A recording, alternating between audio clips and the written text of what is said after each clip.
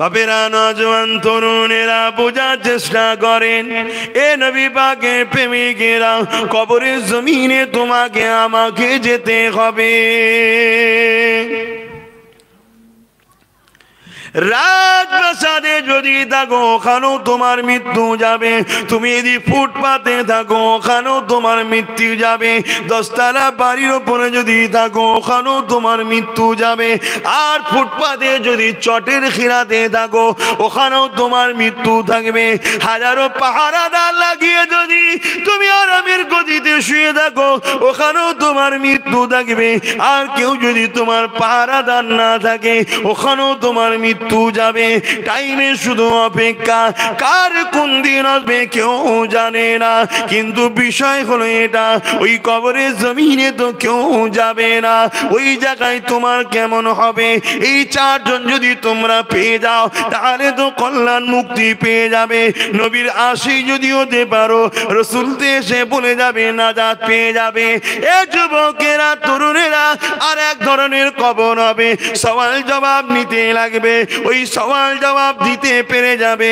মান রাব্বুকা রাব্বি আল্লাহ, মা দীনুকা দীন ইসলাম, মান নবিয়ুকা নবী মুহাম্মদ রাসূলুল্লাহ। ওই সময় আল্লাহর দুজন জান্নাতি রহমতের ফেরেশতা আসবে, একটা খাঞ্চা করে একটা মতির হার নিয়ে ওই বান্দা উত্তর সঠিক দেওয়ার জন্য ওই বান্দা বান্দির গলাতে হাতটা পড়াবে বলে। এই সময় কবরের জমিনে এসে ওই ফারিস্তা দুজন মতির হারকে পড়াবার জন্য নিজেদের মধ্যে টানাটানি করতে লাগবে। এমন করে মতির হাতটা চট করে ছিঁড়ে যাবে, এমন করে মতিগুলো সজ্জার করে ঝরে ঝরে ঝরে ঝরে এই কবরের জমিনে পড়ে যাবে। এটা দুনিয়ার মতি নয়, এটা জান্নাতি মতি, যে মতি থেকে নূর চমকাতে থাকবে, কবরটা আলোয় আলোকিত হয়ে যাবে। ফারিস্তা দুটো মাথায় হাত দিয়ে বসে গিয়ে মতিগুলো গাঁটতে শুরু করবে, নতুন করে আবার তৈরি করতে লাগবে। বান্দা বান্দি বসে বসে দেখবে একটা মতির মালা তৈরি করতে কতক্ষণ সময় লাগে। এই সময়টা পার হয়ে যাবে, মতির মালাটাও তৈরি হয়ে যাবে, সঙ্গে সঙ্গে সিংহায় ফু দিয়া হয়ে যাবে। সুম্মা নুফিকা উখরা ফাইজাহুম কিয়ামুন ইয়ানজিরুন, আবার ইসরাফিল আলাইহিস সালাম সিংহায় ফু দেবে। এমন করে জমিন ফেটে যাবে, আলু যেভাবে ওঠে জমিন থেকে মানুষ ওইভাবে উঠতে লাগবে। ওই বান্দা কবরের জমিনে কত বছর থাকবে কোনো কিছুই বুঝতে পারবে না।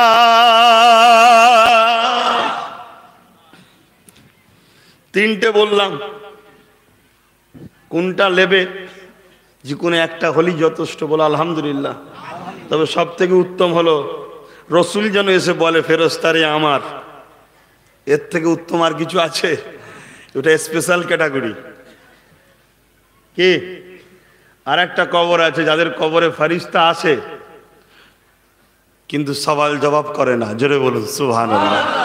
এই মাকামটা অনেক বড়, আশা রাখা যেতে পারে, বলতে পারি সিরাজ আকি হুজুরের কবর, ওনাকে যখন দেওয়া হয়েছিল আশা রাখি বলতে পারি ওনার কবরে ফেরেশতা এসেছে কিন্তু সওয়াল জবাব লাইনে, জোরে বলুন সুবহানাল্লাহ। ওই তবকার মানুষদের জন্য এই কবর। ওটা তো যেতে পারলে অনেক ভালো, কিন্তু ওটা যাওয়া এখন খুবই অসম্ভব। কি এই যে মালদায় এসেছি, তা শুকিয়ে মরতাম আমাকে, হোটেলেও খাওয়া যাবে না, কার বাড়িতেও খাওয়া যাবে না। কথা বুঝছেন না? কেন? ওই তবকায় পৌঁছাতে গেলে যে রান্নাটা করে দেবে সেও যেন উজু হালে পবিত্র হালে রান্না করে দেয়। পাওয়া যাবে? 8.5-9 ঘন্টা রাস্তা, চাও খাওয়া যাবে না, কিছু করা যাবে না, বিস্কুটও চলবে না। কেন? বেকারি হাফ প্যান্ট পরে আটার উপরে লাপাই। এখন বলবে এইরকম পাগল কেউ আছে? হ্যাঁ, আল্লাহকে যে ভালোবাসে পাগল আছে। তুমি প্রেম করনি, তুমি প্রেমের কি মজা বুঝবে? কি তুমি প্রেম করনি, তুমি প্রেমের কি মজা বুঝবে? তুমি ডলারকে প্রেম করো, টাকাকে প্রেম করো, আরো ইত্যাদি ইত্যাদিকে প্রেম করো, তুমি তার মজা বোঝো। আমরা সৃষ্টিকর্তাকে যারা প্রেম করি বা এরকম প্রেম করেছে তারা সৃষ্টিকর্তার প্রেমের মজা বোঝে। কি গো, তাই তো নাকি? বাপেরা নজওয়ানেরা, এই তো কবরের কথা বললাম, আর একটা কবরের কথা বলি। যুবক আর যুবতীরা মন দিয়ে শোনো, কোথায় থাকো, কি করো, কি কাজ করো, ওটা তোমার দুনিয়াদারি। তুমি যেখানেই থাকো না কেন, ভুলে যেও না তোমার মালিক একজন, তিনি কে? শুনতে পাইনি, আরো জোরে, আরো জোরে। সাদা আগুল তুলে কে? আরো জোরে, মালিক কে? তোমার হিসাব নেবে। সরকারি ডিউটি হয় না অফিস আদালতে, গভর্নমেন্ট হিসাব লাই না বছরের শেষে। স্কুলের মাস্টারদের কি পড়াশোনা করিয়েছে নাকি, ওপর থেকে স্পেশাল ভিআইপি কি বলে, আর ওপর থেকে এসে ইনকোয়ারি করে না? সবাই সবার হিসাব লিখছে। এই যে মাইকওয়ালাকে যদি কেউ ম্যানেজার হিসাবে রাখে, মালিক বা কর্মচারী ডাকে, তার কাছে হিসাব লাই না? এই ইউনিটটা কাটলো কি করে, কি হিসাব নেবে না?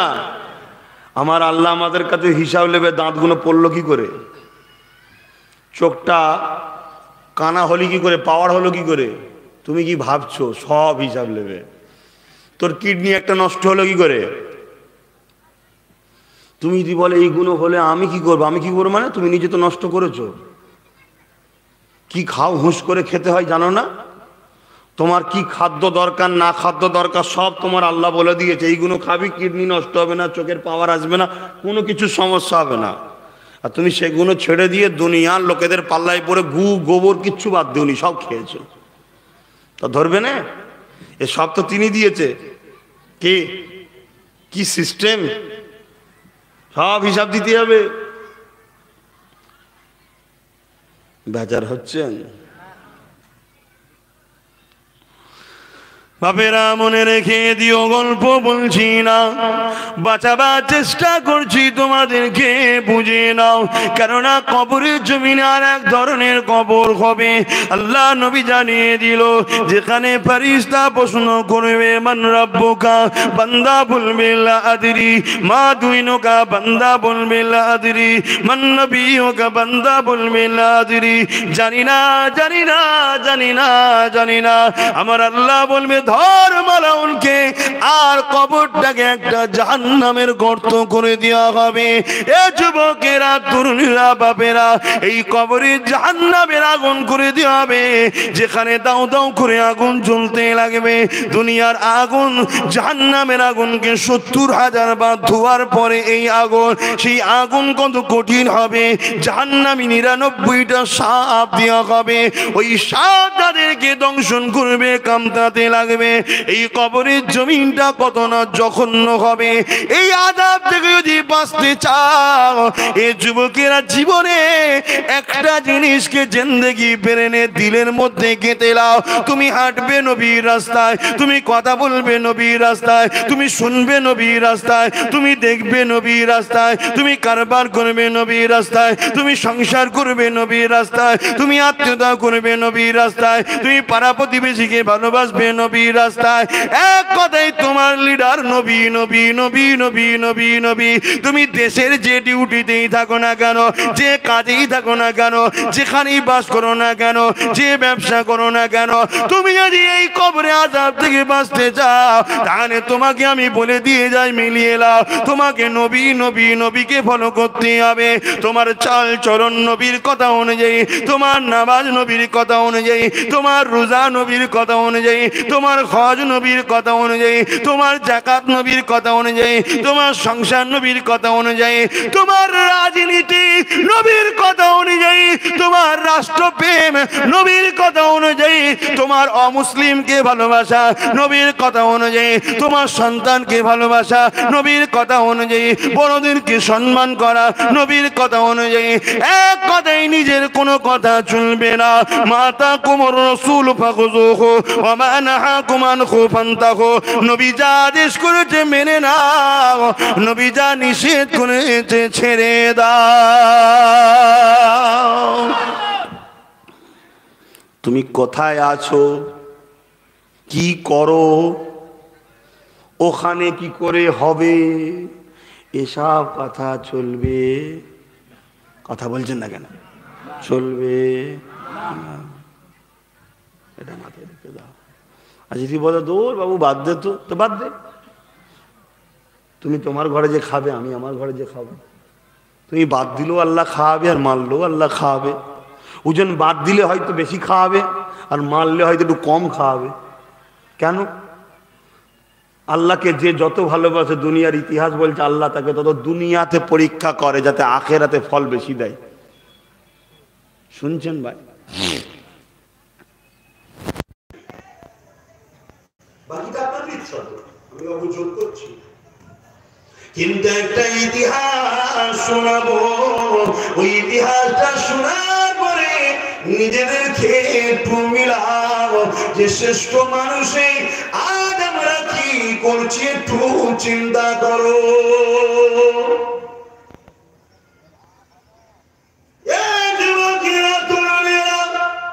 একদিন আবু জেহেল আমার নবী পাকের কাছে আগিয়ে আসলো, হাতটা মুঠো করে নিয়ে, মুহাম্মদ বলো তো দেখি আমার হাতের মধ্যে কি আছে। শুনেছেন ইতিহাসটা? কিন্তু এর মধ্যে একটা শিক্ষা আছে, একটু বলবো। এত কথা বলতে ছেলেগুলো আমার মন ইদিগুলি খুঁজে। এই কমিটির ছেলেরা কথা বলনি ভাই, আমার কাজ করো ইশারা।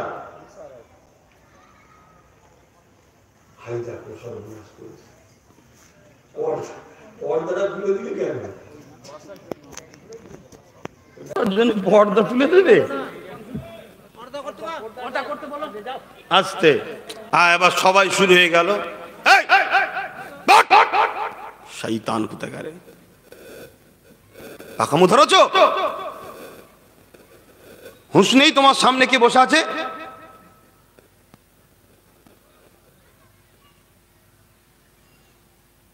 এই কমিটির ছেলেরা একটু ঘিরে রাখো। আমার মা বোনেরা যে হালে আছে পর্দাতেই আছে। তারা হিজাবে আছে না নাই? কথা বলুন। পর্দাতেই আছে। কিন্তু আমার মুর্শিদ কেবলা, আমার ইমাম জবানার মুজাদ্দেদ, দাদা হুজুর মুজাদ্দেদ মানতে হবে। তিনি কি করতেন? একটা কাপড় আড়াল দিয়ে রাখতেন মা বোনেদের মর্যাদা, শান, ইজ্জতের জন্য। তারা আমাদের থেকে অনেক দামি সম্পদের জিনিস। জোরে বলুন সুবহানাল্লাহ। পুরুষদের থেকে নারীরা অনেক দামি সম্পদ। আহা, মায়ের পায়ের তলাতেই ছেলেদের জান্নাত, বাপের পায়ের তলায় নয়, মায়ের পায়ের তলায়। আল জান্নাতু তাহতা আকদামুল উম্মাহাত, মায়ের পায়ের তলায় ছেলের জান্নাত। মা হলো খোদ জান্নাত, বাপ হলো জান্নাতের দরজা। জোরে বলুন সুবহানাল্লাহ। তাই আমার মুর্শিদ কেবলারা যেটা করতেন সেটা তো আমি লঙ্ঘন করতে পারি না, এটা আদবের বেখিলাফ। এবারে বাবা কি ফতোয়া আছে না আছে, আমার মুর্শিদ কেবলারা জবানার মুজাদ্দেদ ছিলেন।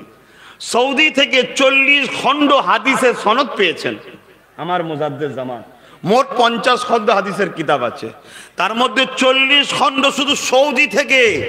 সৌদির মুহাদ্দিসরা তিনাকে সনদ দিয়েছে, ওখানে পড়াশোনা করে উনি আত্মশিক্ষিত হয়েছিলেন। জোরে বলুন সুবহানাল্লাহ। মক্কা শরীফেও পর্যন্ত তেনার খলিফা আছে। জোরে বলুন সুবহানাল্লাহ। সারা ওয়ার্ল্ডে তেনার মান্যওয়ালা ফলোয়ার্স আছে। জোরে বলুন সুবহানাল্লাহ। তিনি যেটা করেছেন নিশ্চয়ই আমাদের কল্যাণের জন্য। মনটা আমাদের স্থির থাকবে মাহফিলের দিকের জন্য। না আমাদের বিছখানে একজন আছে তো নাকি? আমাদের বন্ধু তো নাকি? না ইবলিস? এই ইবলিস আমাদের বন্ধু, আমাদের বিছখানে আছে না নাই? একেবারে ওপেন থাকলে কি হবে? ইবলিস কি বলবে? একবার ঘুম না, একবার দেখ, একবার দেখ, বলবে না? বলবে না? ও যে ঠিক অসুয়াশা এনে দেবে, তাই তো নাকি? সে অনেক কিছু কারণ থাকতে পারে, সব উত্তর জানতে নেই বাপ। সব উত্তর জানতে আছে? মুর্শিদ কেবলা হুকুম করেছে যে হুজুর সব কথা জানতে নেই। হ্যাঁ, যেগুলো শরিয়াতের কাতি ফরজ আর হারাম তার বিষয়ে কোনো কথা যদি বিরোধী দাঁড়ায় তখন বলতে হবে, পীর সাহেব একটু বলতে হবে, যে তখন বলতে হবে। জগৎ বিখ্যাত ওলি, তিনাকে জুনায়েদ সম্ভবত নয় জন্নুন মিস্ত্রি, যাকে নাম আমার স্মরণ পড়ছে না, অনেক আগের সব পড়া। তিনার মুর্শিদ কেবলা বলেছিলেন, যাও বাবা এলাও, এই টাকাটা দিচ্ছি, অমুক জায়গায় পতিতালয়ে যাও ঘুরে আসো। শুনছেন? মুরিদ তো চমকে গেছে, হুজুর কি বলছে? হ্যাঁ, পতিতালয়ে যেতে বলছে। মুরিদ পয়সাটা নিয়ে থরথর করে কাঁপছে। মুরিদও তো আল্লাহর ওলি। ইয়া আল্লাহ, এ কি পরীক্ষা আমার! তওবা তওবা, লা হাওলা ওয়ালা কুওয়াতা ইল্লা বিল্লাহ। কাঁদতে কাঁদতে ঘরে চলে গেছে। পরের দিন পীরের দরবারে এসেছে, পীর সাহেবের চেহারা লাল। এই, তোমাকে আমি যেতে বলেছিলাম না, তুমি যাওনি কেন? আল্লাহর ওলিদের ঘরে কিছু গায়েবী খবর আল্লাহ পাক, ইত্তাকু ফিরাসাতাল মুমিনি ফাইন্নাহু ইয়ানজুরু বিনূরিল্লাহ, নূরের পর্দার ভেতর থেকে জানিয়ে থাকেন, দেখিয়ে থাকেন। জোরে বলুন সুবহানাল্লাহ। যাওনি কেন? অত নম্বর রুমে যাবে, সব বলে দিচ্ছে। মুরিদ তো মাথায় হ্যাট করে, হুজুর বিয়াদবি নেবেন না, হ্যাঁ আজকে যাবে। চুপ করে আবার ঘরে চলে গেছে। যে খুব কাঁদছে সারা রাত ধরে, আল্লাহ আমি কি পরীক্ষায় পড়লাম। এদিকে আমার পীরের হুকুম, আর ওদিকে আবার আপনার হুকুম, নোংরা জায়গায় যেতে নাই। কে? আর পীরকেও মানতে হবে, মুর্শিদ গাইডম্যান। পীর মানে গাইডম্যান, পথ প্রদর্শক, শিক্ষক, মাস্টার, টিচার। তারও হুকুমটাও মানতে হবে, এটাও আপনার হুকুম। ওলিয়া মুর্শিদা, কোন দিকে যায় এই দুইয়ের বিছখানে আমি পড়ে গেছি। আল্লাহ আবার গেছে 3 দিনের দিনে, পীর সাহেব আর কথা বলে না, মুখ ঘুরিয়ে নিয়েছে। খুব কাকুতি বিনতি করেছে। যখন হুজুর বলছে, শোনো আজকের দিনটা শেষ, যদি তুমি আজকে না যাও কাল থেকে আমার দরবারে আসবে না। তুমি যখন আমাকেই মানো না, তা তোমার মতো মুরিদের আমার দরকার, আমি তোমার নাম কেটে দেবো, আর আসবে না। বেরিয়েছে কানতে কানতে, আল্লাহ 2 দিন তো আপনি নিষেধ করেছেন, ওটা মানলাম, একদিন এবারে পীরের হুকুমটাই মানি।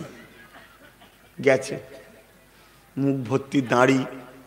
আল্লাহর ওলি দরবেশদের দেখলে চেনা যাইতো, যে হাজির, যারা পতিতালয়ে সব কি কমনে সব আছে ডিউটি ফিউটিতে, তারা বলছে, এই ফকির সাহেব তোমার এখানে কাজ কি?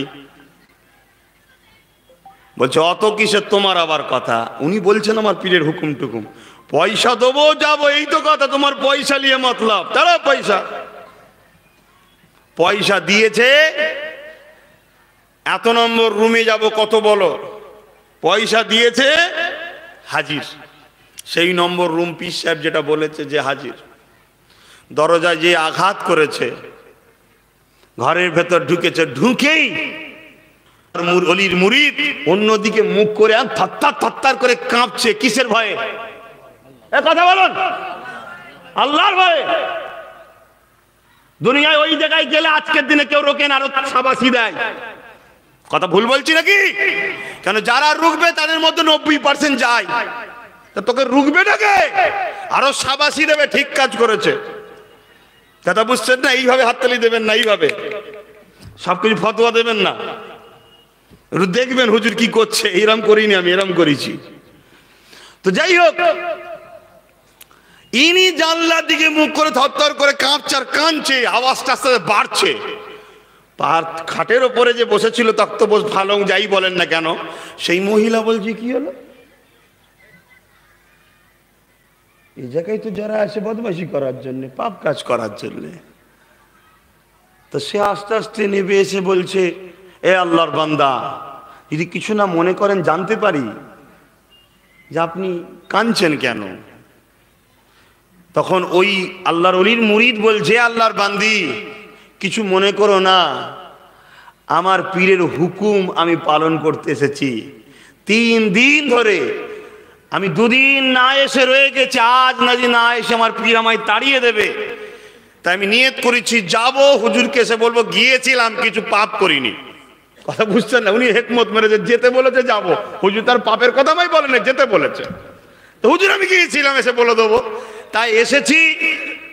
তখন ওই নারী বলছে, তোমার পীরের নাম কি বলো? পীরের নাম যখনই বলেছে, বলছে আপনার নাম।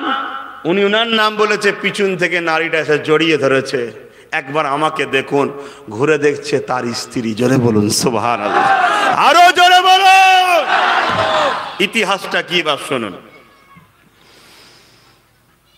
যখন প্রথম দিন উনি পীরের দরবারে এসেছিলেন, পীর প্রথম আসতেই উনাকে বলেছিলেন যে পয়সা দিচ্ছি, অমুক জায়গায় চলে যাও। সেই দিনেই কিন্তু উনি বিবাহ করে বিবিকে নিয়ে যাচ্ছিল। আগেকার সময় নাম ডাকাতি হতো, ধন দৌলত লিত আর নববধূ বউগুলোকে লিয়ে পালাতে লিয়ে বিক্রি করে দিত।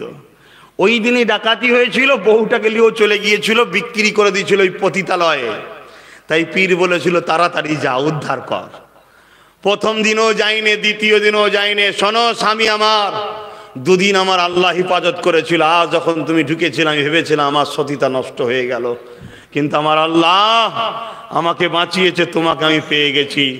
আর পীরেরও হুকুমটা কি ছিল যে আজকে যদি না যাস তুই আর আসবি না। কেন? ওকে ওই জায়গা থেকে কালকে আবার অন্য জায়গায় ট্রান্সফার করা হচ্ছিল। তো এটা আল্লাহর ওলিদের ঘরে আল্লাহ তার দেখায়। এবারে ওলি কি ওলি নয় বুঝবেন কি করে?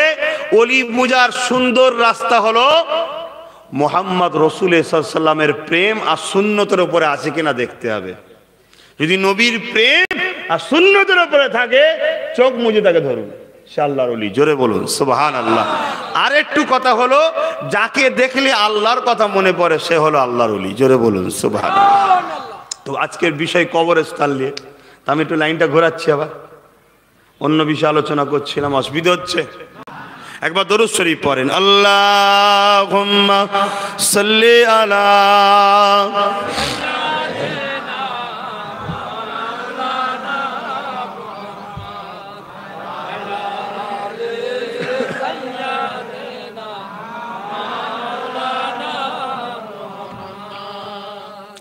সিদ্দিকে আকবর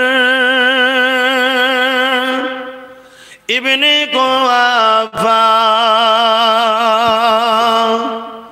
সিদ্দিকে আকবর ইবনে কুওয়াফা, রসূলের বিকল ছায়া ছবি, দিনের তারে কি আর এমন উজাড় করে দিল যা কিছু সবই, উজাড় করে দিল যা কিছু সবই। রসূলের অনগত ছিল যেমন, রসূলের নীতিমালা ছিল তেমন, রসূলের অনগত ছিল যেমন, রসূলের নীতিমালা ছিল তেমন।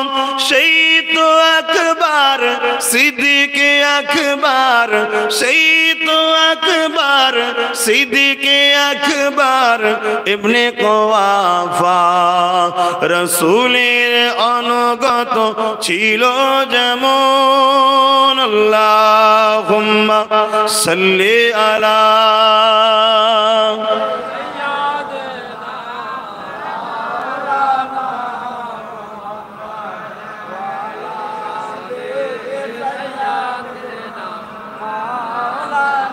আমার আব্বা জানেরা, ভাইরা, মায়েরা, বোনেরা, তাহলে আমাদের লক্ষ্য আল্লাহকে খুশি করা, তাই তো নাকি? কেন? তিনি আমাদের স্রষ্টা, তিনি আমাদের মালিক। তা আমরা যেখানেই থাকি না কেন, যে দেশেই থাকি না কেন, যে অবস্থায় থাকি না কেন, যে সিচুয়েশনেই থাকি না কেন, আমাদেরকে একটা কথা মনে রাখতে হবে, আল্লাহ বিরোধী কাজ করব না, ইসলামের ক্ষতি করব না। উপকার যদি করতে নাও পারি, ক্ষতি করব না। কেন? উপকার যদি নাও করেন, করতে যদি নাও পারেন, ক্ষতি যদি না করেন, হাত জোর করলে মাপের রাস্তা আছে। আর যদি ক্ষতি করে ফেলেন, মাপের রাস্তা আছে। এখন আমার দেশের একজনকে ধরলো, ধরার পরে বলল তোর দেশের জাতীয় পতাকার রং কি, তোর দেশের নাম কি, তোর দেশের প্রধানমন্ত্রী কে বর্তমান, তোর দেশের সংবিধানটা কে করেছে, দেশের যে কোনো মূল খাঁচা, মূল ম্যাটার। সে যদি বলে জানি না, জানি না, জানি না, কি বলবে? তার বেটাকে জেলে ভর। ঠিক তো নাকি? তুই ভারতের হয়ে কিচ্ছু জানি, তাহলে ভারতীয় নয়। পালিয়ে এসছিস কোনো জায়গা থেকে, ঠিক না বেঠিক? তো কবরে যাওয়ার পরে যখন জিজ্ঞেস করবে মান রব্বুকা, তোর রবকে, বলছে জানি না। তোর দিন কি, জানি না। তোর নবীকে, জানি না। তা কি বলবে? ধর দে, ধর এবারে। কথা বুঝছেন না, বোঝেন না? সীমা লঙ্ঘন করলে হবে শাস্তি। এটা দেশেরও আইন আছে না নাই? আপনি এখন এ দেশে বাস করবেন আর পাকিস্তানের গুণ গাইবেন, আপনার গায়ে গুড় দিয়ে চাটবে নাকি? ধুলাই হবে না? হবে না। পারফেক্ট কাজ ভুল করে, হ্যাঁ ভুল করে, ঠিক কাজ করে, ধুলাই অবশ্যই দরকার। কেন আমার দেশ হলো ভারতবর্ষ, মাতৃভূমি ছেড়ে দিয়ে পরের বাপকে বাপ বলতে যাব কেন আমি? আমার বাপ থাকতে সে কেমনই হোক, কানা হোক, টেরা হোক, খোঁড়া হোক, ল্যাংড়া হোক, বুবা হোক, যাই হোক, আমার বাপ আমার কাছে ভালো, ঠিক না বেটি? তা আমার দেশ আমার কাছে ভালো। তো যদি কেউ দরদ দেখি অন্য জায়গায় মাথা মারতে যায়, তার মার হওয়া দরকার আছে না নাই? তা তুমি দাবি করছো আমার আল্লাহ আমার রসুল, আর কাজ কাম সব তোমার আল্লাহর বিরোধীদের তেল মাখানো, রসুলের বিরোধীদের তেল মাখানো। মার আছে না নাই? কথা বলছেন না কেন? মানে আসামি তো আমরাই, ওই জন্য বলতে সাহস পেচ্ছেন না। বাপ অনেক দূরে চলে এসছি, কিন্তু দেশের বাইরে যাইনি। 350 কি 300 কিলোমিটার দূরে চলে এসছি, তা বলে দেশের বাইরে তো যাইনি। দেশের মধ্যে যখন আছে ফুরফুরা শরীফেও আমার যা পাওয়ার, আর দেশের সে কন্যাকুমারী হোক আর কাশ্মীর বর্ডার হোক, মানে পাকিস্তান কাশ্মীরের বর্ডার হোক, আর যেখানেই হোক, সে চীনের বর্ডার হোক, আমি ভারতীয়, সব জায়গায় আমার সমান পাওয়ার। কেন? আমি ভারতীয়, আমার দেশে আছি। হাতে বুক ঠুকে কথা বলে যাচ্ছি।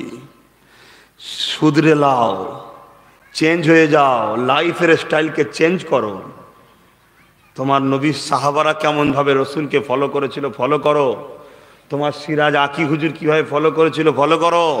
তোমার মুজাদ্দেদ জামান কিভাবে ফলো করেছিল, ফলো করো। বা এখানে আরো কিছু আল্লাহর ওলিদের সব মুরিদ আছে, আপনাদের পীর সাহেবরা কিভাবে নবীকে ফলো করেছে, ফলো করুন। যে যার স্কুলের ছাত্র স্কুলেই থাকেন ভাই, আর ঝগড়া করেননি। আমার স্কুলের পাকা, আমার স্কুল দুতলা, আমার স্কুলের মাস্টার এমন, আমার স্কুলের মাস্টার অমুক, ঝগড়া করেননি। কোরআন সিলেবাস তো, নবীর সুন্নাত আমাদের সিলেবাস তো, মিলেমিশে থাক ভাই, ঝগড়া করিস নি। যার পীর সাহেব, যার মুরিদ শিক্ষা, তার প্রতিষ্ঠান থাক। আমাদের স্কুল হলো ফুরফুরা শরীফ, আমাদেরও সিলেবাস কোরআন সুন্নাহ। আমাদের এখন শিক্ষা দিয়েছেন আমাদের ইমাম, আমাদের এই পথ প্রদর্শক দাদা হুজুর পীর কেবলা। তোমার যদি কেউ থাকে, থাক না, তুমি তোমার টেলে থাকো, আমি আমার টেলে থাকি, কিন্তু আমরা এক কোরআনের ছাত্র হিসাবে একটু মিলেমিশে থাকি না। পাড়ায় পাড়ায় ঝগড়া কেউ কেই করার কি দরকার? মন টানাটানি করার? আগুন লাগলে একে অপরে দেখতে হবে না? বীজখানে এইটুকু কথা বললাম, আর কেউ বেজার হলেন না তো? কারণ কিছু শুকনো মুরিদ থাকে, ট্যারা মার্কা, কিচ্ছু বোঝে না, একদম এই যে তেকিয়েছে এই বোঝে, ভালো মন্দ কিচ্ছু বোঝে না। কথা বুঝছেন না, বোঝেন না? কখনো যে একটু নজরানা দিল হুজুর, যেন মনে হচ্ছে 1 নম্বর ভক্ত হয়ে গেছে। নামাজ পড়, রোজা রাখ, হজ কর, মিলেমিশে থাক, কিচ্ছুতেই নেই। আবার হুজুর এরম কিছু আছে না নাই? কি হবে? হ্যাঁ, তোর পীর দেখবি জান্নাতে চলে যাচ্ছে, তুই হাঁ করে চেয়ে রয়ে গেছিস। কেন? তুই তোর পীরের হুকুম মানিসনি, তাই বিপদে পড়ে যাবি। তোর পীর কি শিখিয়েছিল? ঝগড়া কর, ফিতনা কর, হিংসা কর, সমালোচনা কর, অন্য অলিদের বিরুদ্ধে বল, অন্য ভালোবাসার মানুষকে আঘাত কর, এটা তোর পীর শিখিয়েছে? আমার পীর কিন্তু শিখায়নি। তাহলে যদি কেউ ফুরফুরা মুরিদ দাবি করেই হবে না। তুমি তোমার রাস্তাকে চেঞ্জ করো না, তোমার